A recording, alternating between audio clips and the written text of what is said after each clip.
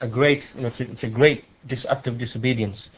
So therefore, it's not permissible to fulfill the likes of these oaths, or when a person, for example, he makes an oath to abandon the prayer, or to drink wine, or to drink intoxicants.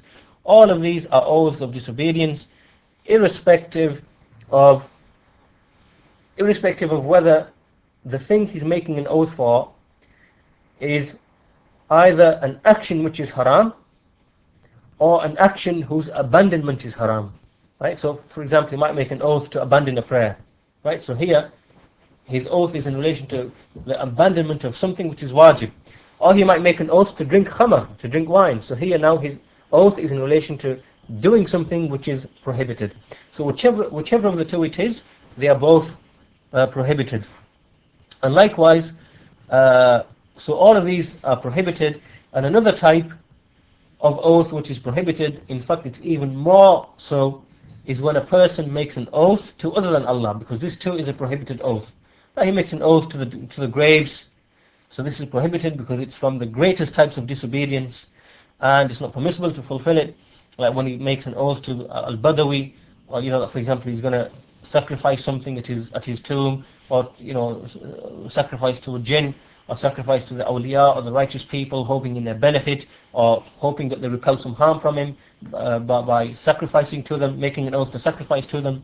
All of this is from the greatest types of disobedience, and this too enters into the saying of the Messenger, whoever makes an oath to disobey Allah, let him not disobey him.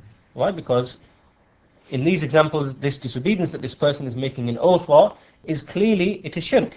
It can sometimes be shirk, and sometimes it might be less than shirk. It might be just disobedience. But here, in these examples, it is shirk.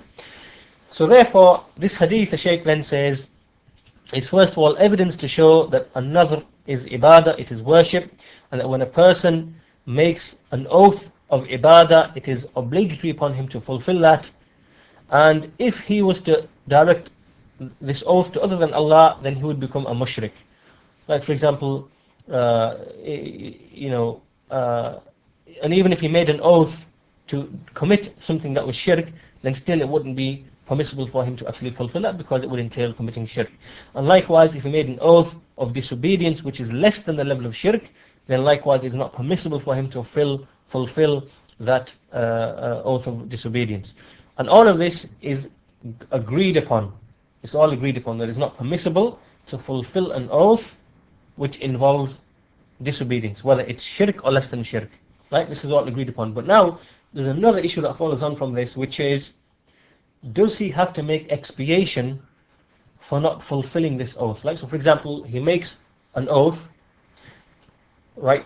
This oath could be an oath of shirk, where he makes it to other than Allah, or it could be an oath involving something which is disobedience, right? Disobeying Allah. But obviously he can't fulfill it. He doesn't fulfill it, right? Because it's haram.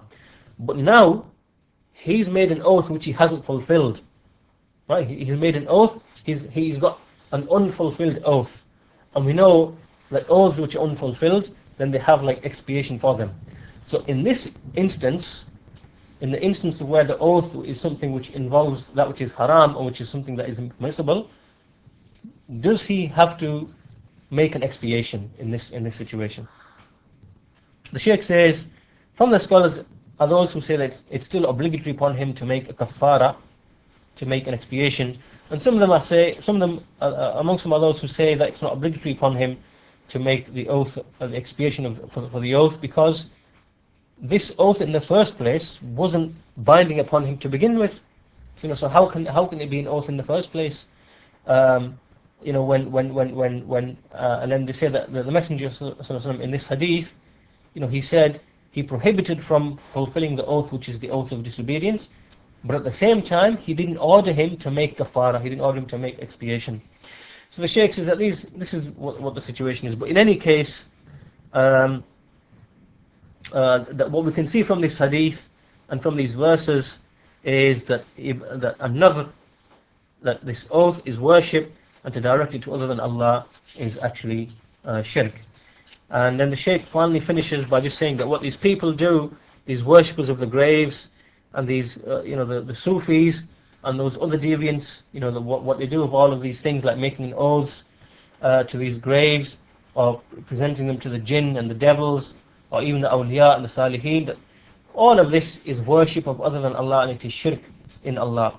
And it's not permissible to do that, and it's obligatory to prevent the people from that and to warn from it, and that to show that these oaths are batila, that they are false.